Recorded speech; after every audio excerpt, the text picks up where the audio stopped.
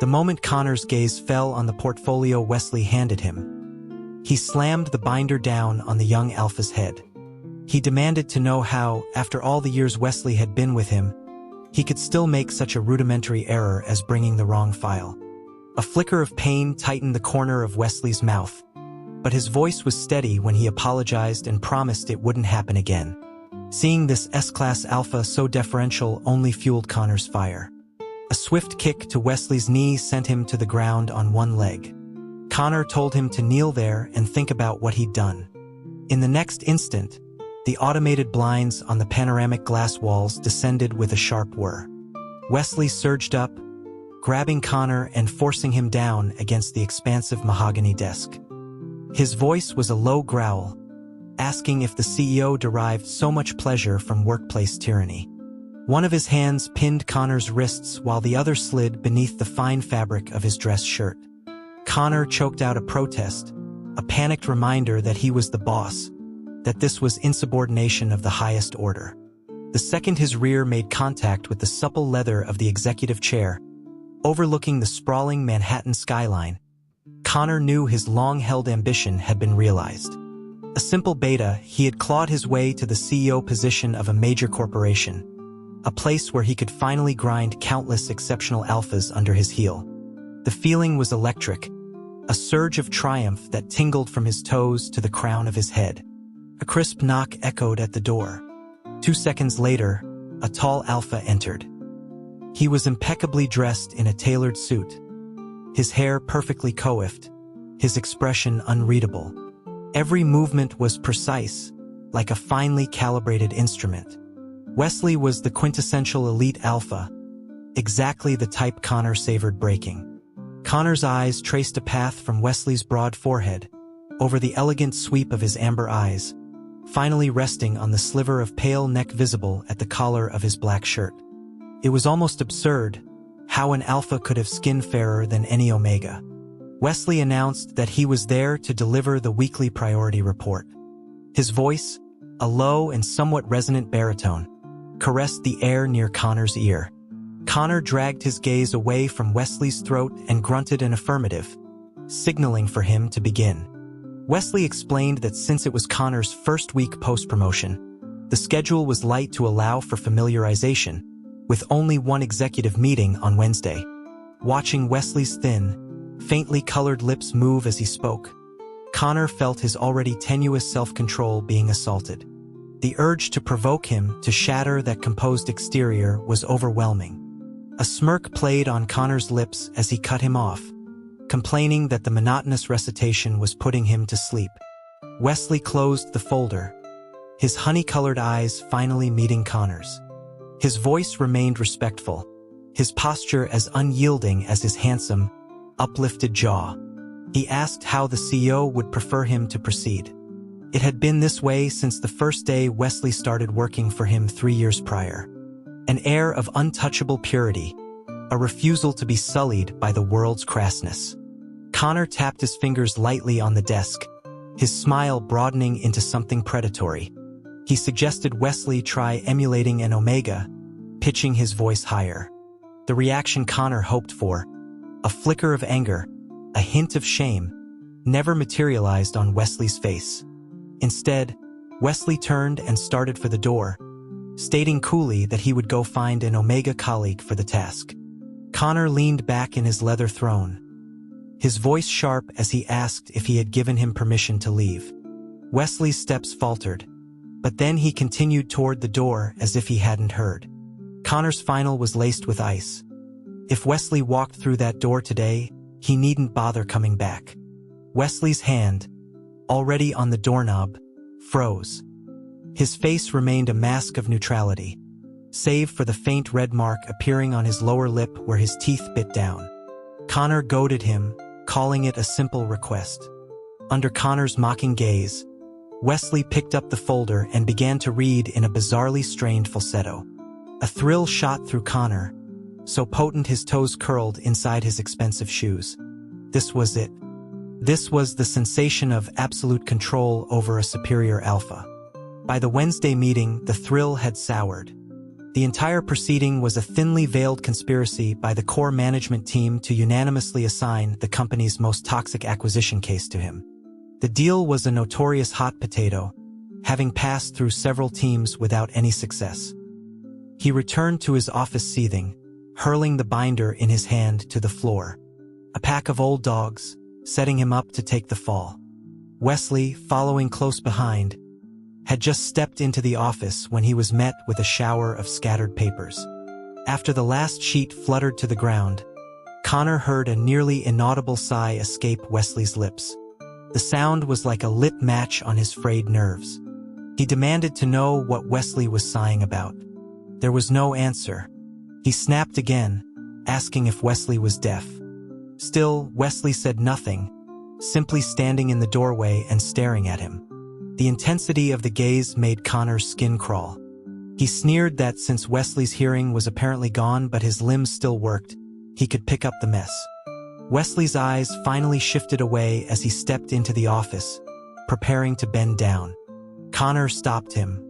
He wasn't to pick them up standing. He was to get on his knees like a dog and gather them. Connor stood by his desk, looking down on him with contempt. Wesley's hand, halfway to a stray paper, paused. He looked up, his amber eyes devoid of their usual warmth, reflecting the cool office light like a stormy sea. His lips were pressed into a thin, white line. Connor told him that he was nothing more than Connor's dog, and if he was unhappy and thinking of finding a new master, he should abandon the thought. Wesley's expression shifted. He rose and advanced on Connor, who suddenly realized the sheer height difference between them. When Wesley raised a hand, Connor flinched, bracing for a blow he felt he'd finally earned. He tried to issue a threat, the words squeezed out through clenched teeth, but what landed on his head was a gentle, almost tentative touch. A careful, hesitant stroke through his hair.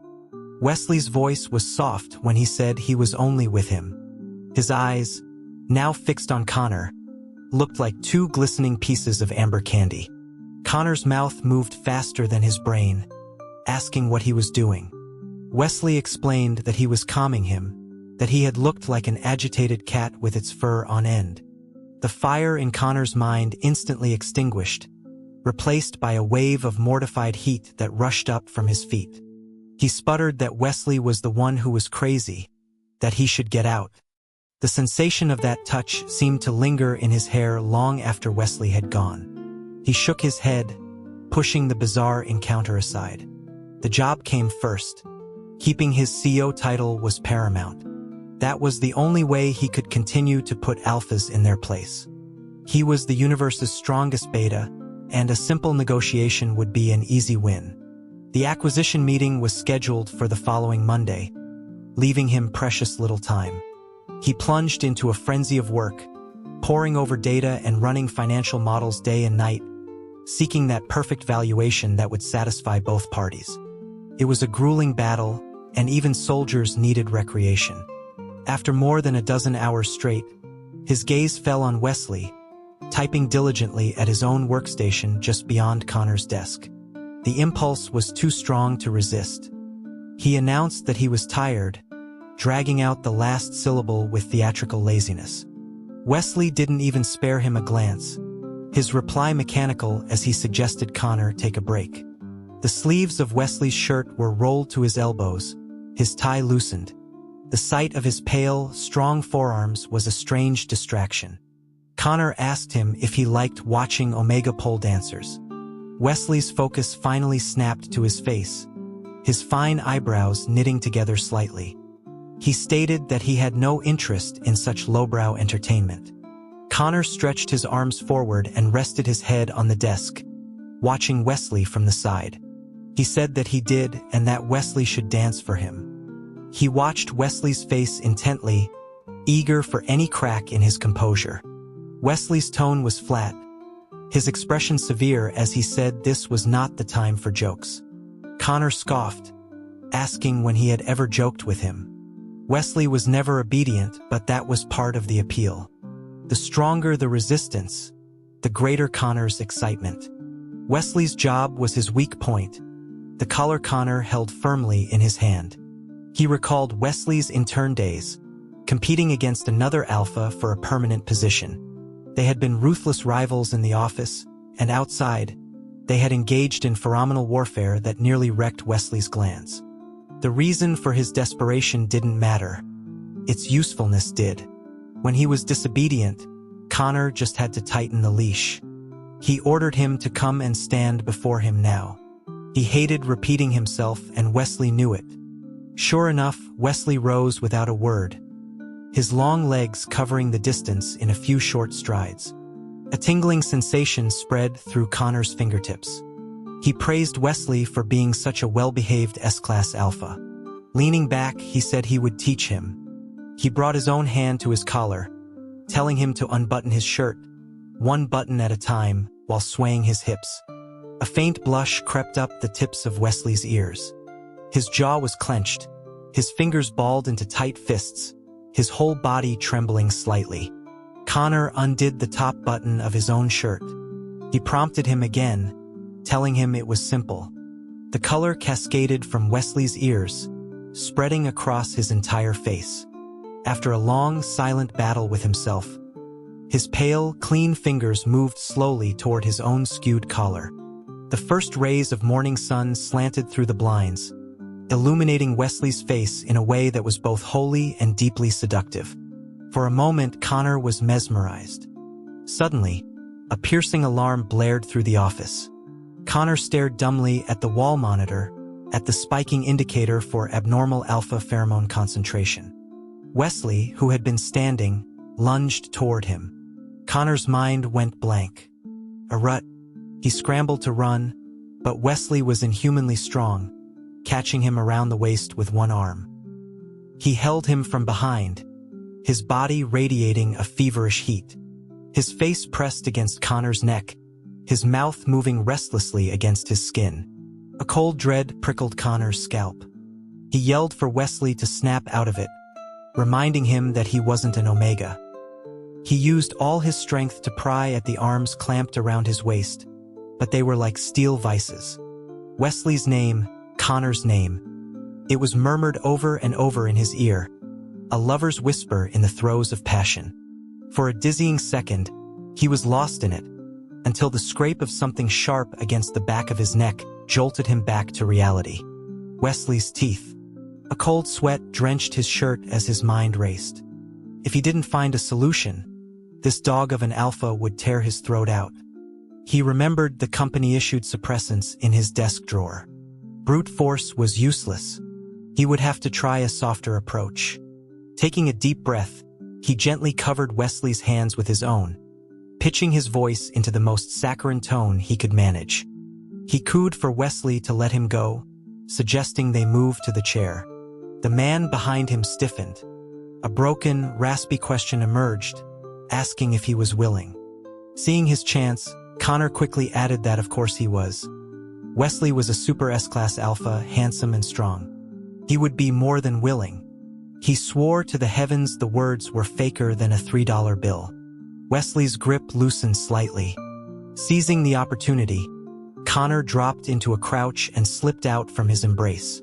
The few seconds it took to sprint to his desk and retrieve the suppressant felt like a world record dash. The adrenaline surging through him only subsided when the needle sank into Wesley's arm. As Wesley slumped into a peaceful sleep, Connor clutched his heaving chest, immensely relieved. He had survived. The combination of a sleepless night of work and a near-death struggle with a rutting alpha was too much even for the universe's strongest beta. He collapsed onto the guest sofa and was instantly unconscious. When he opened his eyes again, there was a weight on his body. A black suit jacket, not his own, was draped over him, carrying the faint, clean scent of a woody cologne. It was surprisingly pleasant. A glance at his watch made his blood run cold. It was 10 o'clock. He had slept for 4 hours. He shot up from the sofa, ready to dive back into the acquisition case, and found himself staring directly into Wesley's deep, searching eyes. Wesley was watching him with an intensity that seemed to pierce right through him. Wesley stated it as a fact, not a question. Connor was a beta. So that was it. The secret was out. Connor feigned nonchalance, slowly sinking back onto the sofa, crossing his arms and legs. He asked what of it, and if Wesley's madness had passed to the point he'd forgotten how to address his superior. Wesley's long lashes cast shadows on his cheeks, his expression cool as he wondered aloud if Connor wasn't afraid of him revealing his secret. Connor gave a confident smirk, saying he couldn't imagine a reason why his assistant would do that. Wesley's hands braced on the edge of the desk, his voice soft, as he pointed out that he had reason to expose Connor every single day. Yet he hadn't. Connor leaned in, the picture of saintly innocence himself. He told Wesley that he was certain he wouldn't say a thing. After all, the story of an S-class alpha being bullied by a beta to the point of a phenomenal breakdown was a rather private matter. Something to be enjoyed in secret, not broadcast to the world. He drew out Wesley's name, his voice dripping with triumphant sweetness. He had him right where he wanted him. It was only after Wesley's face clouded over with that familiar, repressed frustration that Connor stood and walked over to him, clapping him on the shoulder. He told his assistant to stop sulking and get back to work. Still, it was strange. Wesley's submission was too easy. By all rights, he held a major piece of leverage now. He should be fighting back, demanding concessions. The thought was unsettling, but with the deadline breathing down his neck, he pushed it aside. There were only 2 days left until the negotiation, and he still hadn't found the crucial piece of evidence he needed. The stress was making him physically ill. His throat felt like it was on fire. He ordered Wesley to have someone bring him a burger from downstairs, not even looking up from his documents. 15 minutes later, Wesley placed a bowl of steaming porridge in front of him. The sight of the hot, time-consuming meal made his temper flare. A burger was fast. This ancestral offering would take half an hour to eat. Wesley stood impassively by the desk, stating that with his throat inflammation, a burger was a bad idea. He needed porridge. Connor told him he didn't have time. Wesley's reply was that if he was worried about wasting work time, he would cool it and feed it to him. His voice was deeper than usual, with an undercurrent of something unyielding. Connor scoffed, snapping that he didn't have time and Wesley needed to stop bothering him. He flipped through the files with increasing agitation, a nagging feeling that he was overlooking something vital growing stronger. Wesley reached out and took the entire stack of files from him. He pushed the bowl of porridge closer, his voice firm as he repeated his demand. Connor's anxiety erupted into fury. He swept the bowl off the desk. Scalding porridge splashed across the back of his hand, the searing pain a vicious bite. Wesley lunged to grab his hand, but Connor shoved him back with all his might, his voice cracking as he screamed that he wasn't some delicate omega. Eating a burger wouldn't kill him. His lungs burned for oxygen, his chest heaving, a sharp pain pulsing in his temples. Wesley stumbled back. He opened his mouth to say something, but Connor cut him off with a roar.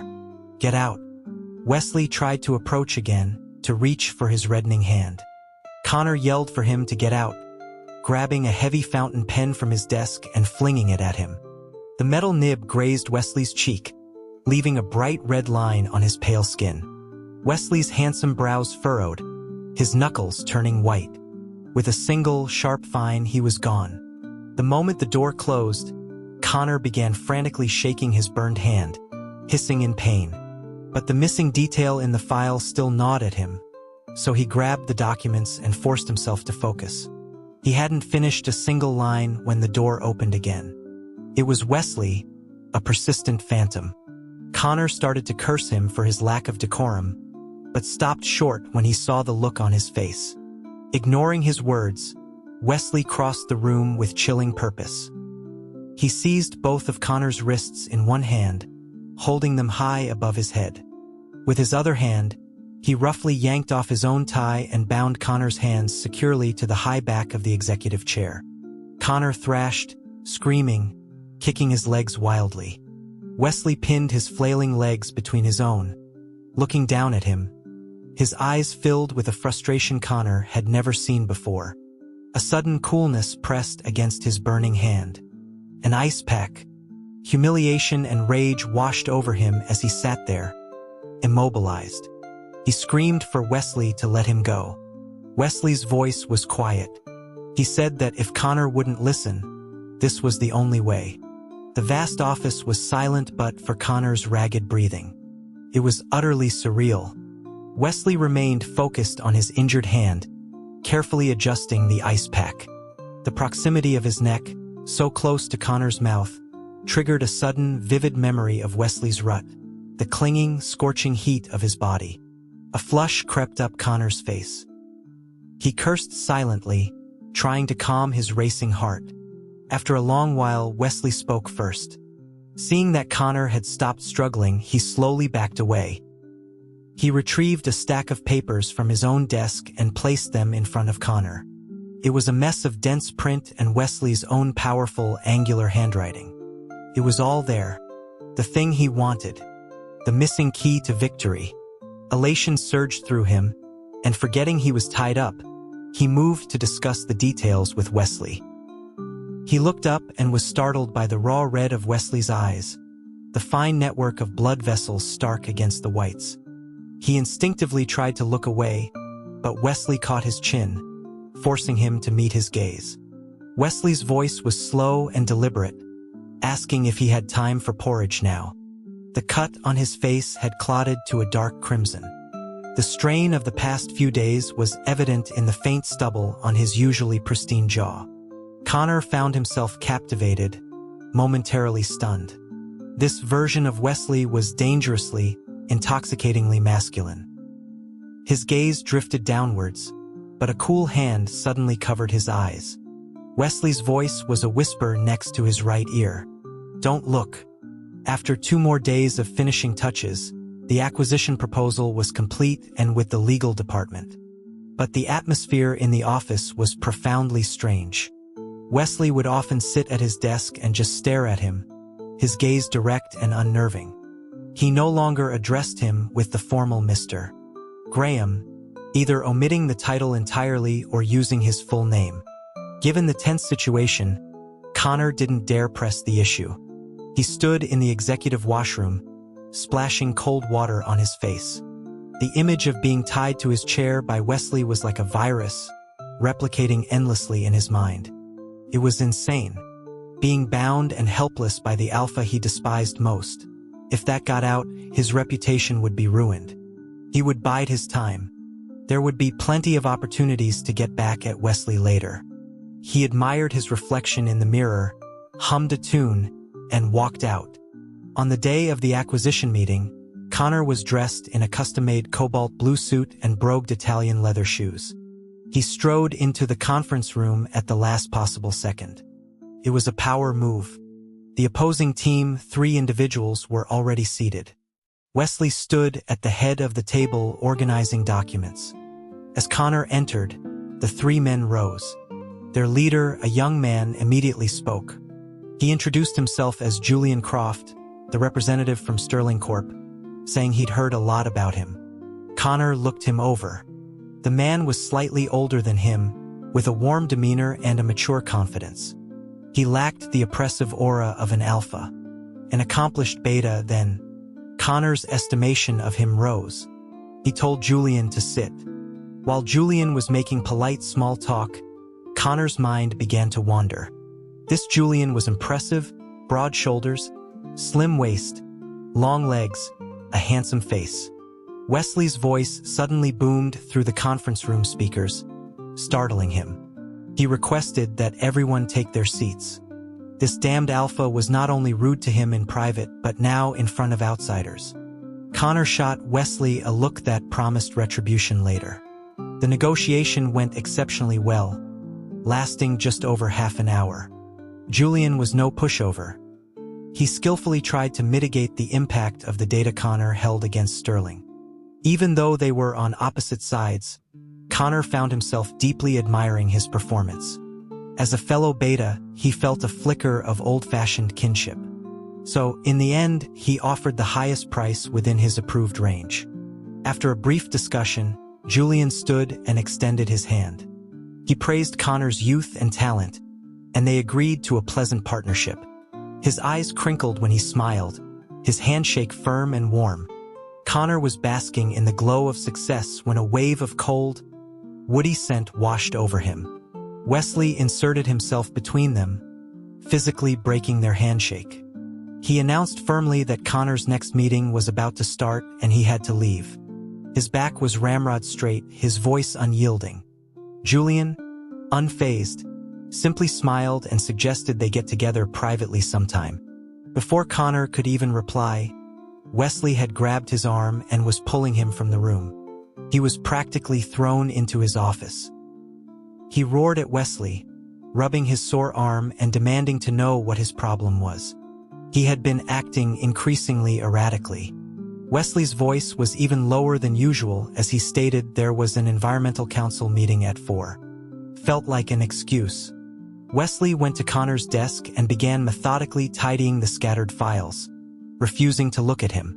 Connor glanced at his diamond-encrusted watch. It was 11 in the morning. He decided to hold his tongue for now, not understanding Wesley's motives. He asked for the core documents for the meeting.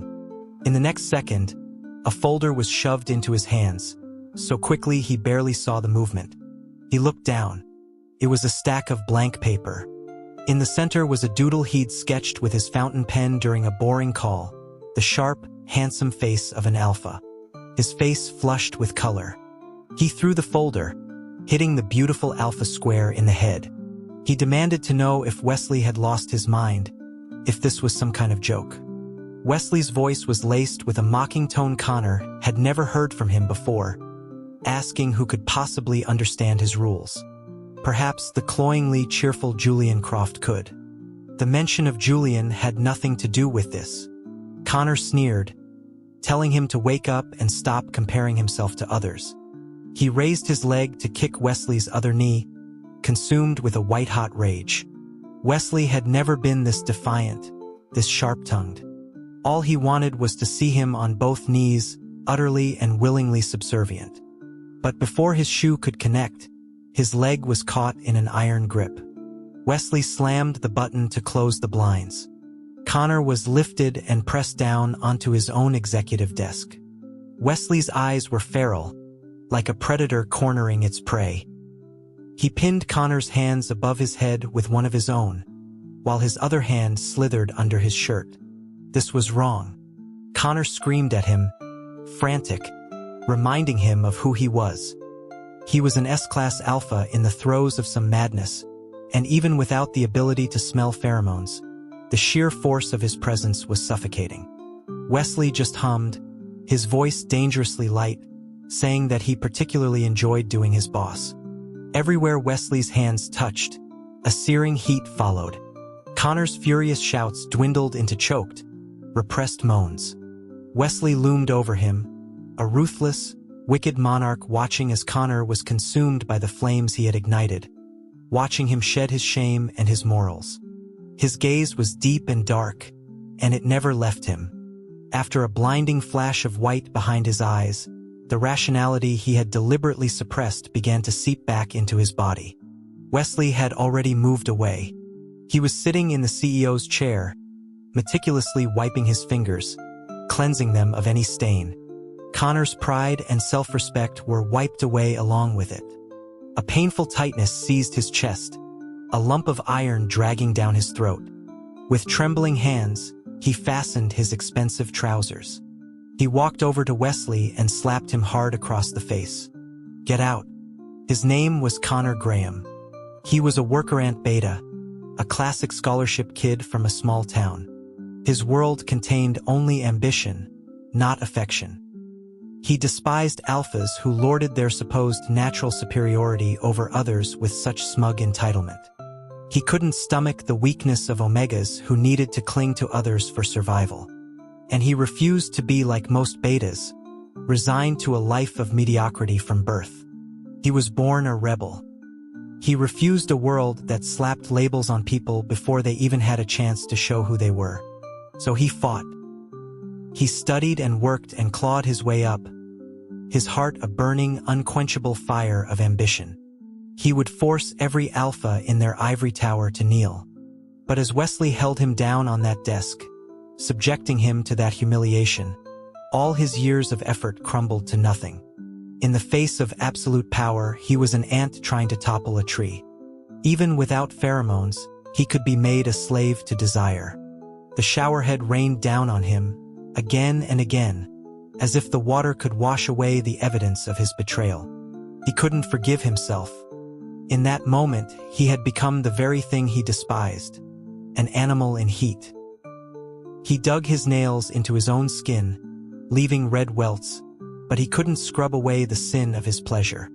Even now, seeing the bruises on his body and remembering the hot breath on his skin, a traitorous heat began to build inside him. He curled up in the tub, covering his face with his hands. He was hopeless.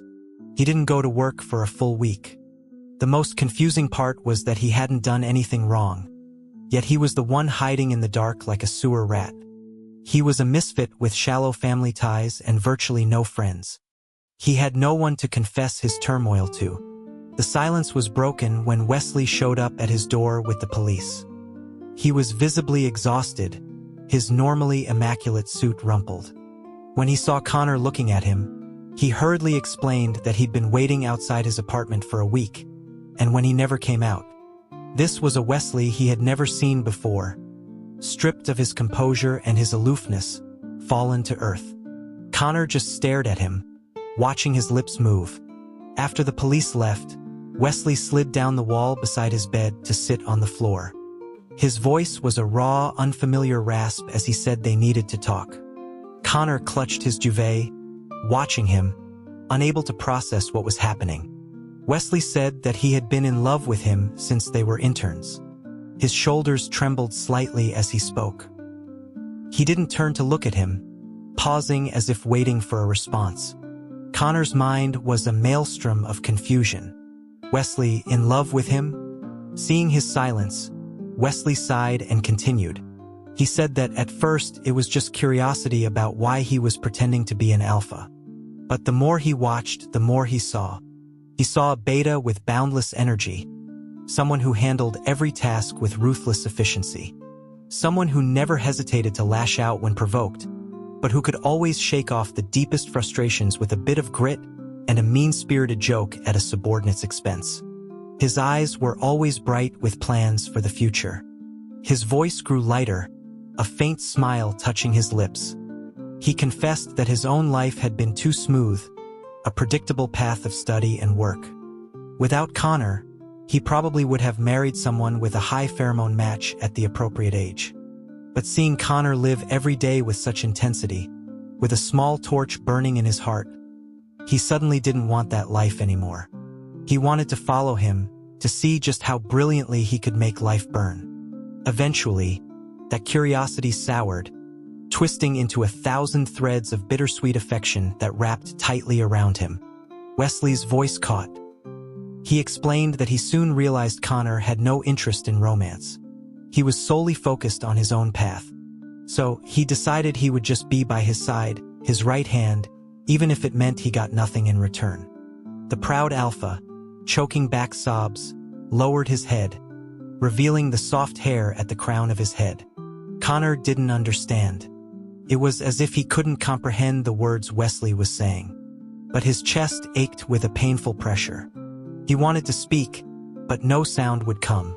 So he followed his instinct, reaching out a hand and gently touching that soft hair, just as Wesley had once touched his.